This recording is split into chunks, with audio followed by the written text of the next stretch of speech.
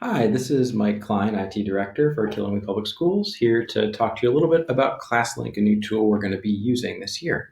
So before we even get into Classlink, one thing you'll need to do is log into your Chrome browser. So when you go over here, you can see right now I'm not logged in. I just have a random uh, picture of a dog here. But I can turn on sync here, and that's what I'm going to want to do because it's going to pull in some extensions that we need to make these different apps work. So when I click turn on sync, it's going to give me an opportunity to enter my Google username and password. And Kelly Davidson's been kind enough to let us use hers to give an example of what that's going to look like from your teacher side.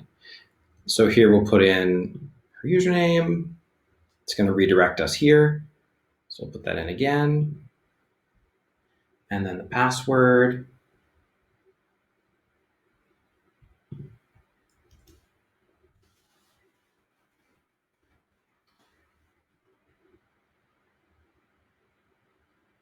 And then when that happens, it could ask you to verify. So you go continue. And then here's going to ask you, do you want to turn on sync? And here you're going to say, yes, I'm in, because that's going to pull in all of the necessary information that we need. You can see over here on the side, it's pulling in a couple of extensions that are automatically going to be installed for you. This one here, Classlink one-click extension, is the one that makes all the magic happen in the background for Classlink. This other one here is Screencastify, which actually is the screencasting software I'm using right now to make the video. And so here, now I'm ready. If I wanted to log into Classlink, I could go and do that from here. So I could just go to the KPS website. So killinglyschools.org, go to the staff page, which is right up here at the top of the district site. And you click on Classlink. It's going to pop open a new window. You'll just click here where it says click here to sign in. And then it's going to bring you to this page, which may be familiar to you, where you put your username and password. We've been lucky enough to have a colleague, Kelly Davidson, let us use her account to let you see what a teacher's account is going to look like. And so here, I'll just put in her username and her password.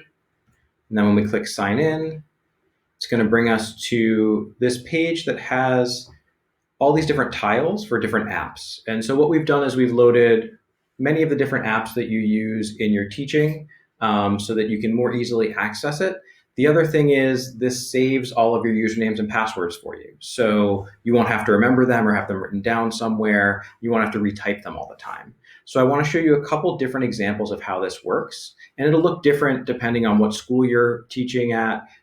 For students, it'll look different than it does for teachers, and that'll be based on grade level and what apps that student uses. And this will be a really easy way to keep these things all organized, especially when our students are learning in a distance context or when we're using technology a lot more than we may have in the past. So here I'm going to click Power Teacher for a second.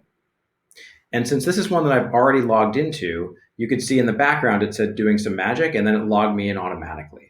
So that's what the experience is going to be like if you've already typed in your username and password for an account before. And then here, I'm going to pick a different tool, maybe our IT ticketing system.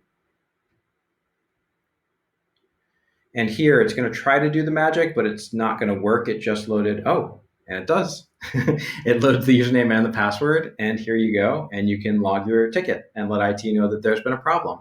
So anything that uses that same username and password the same way that you logged in is how that's going to work for you.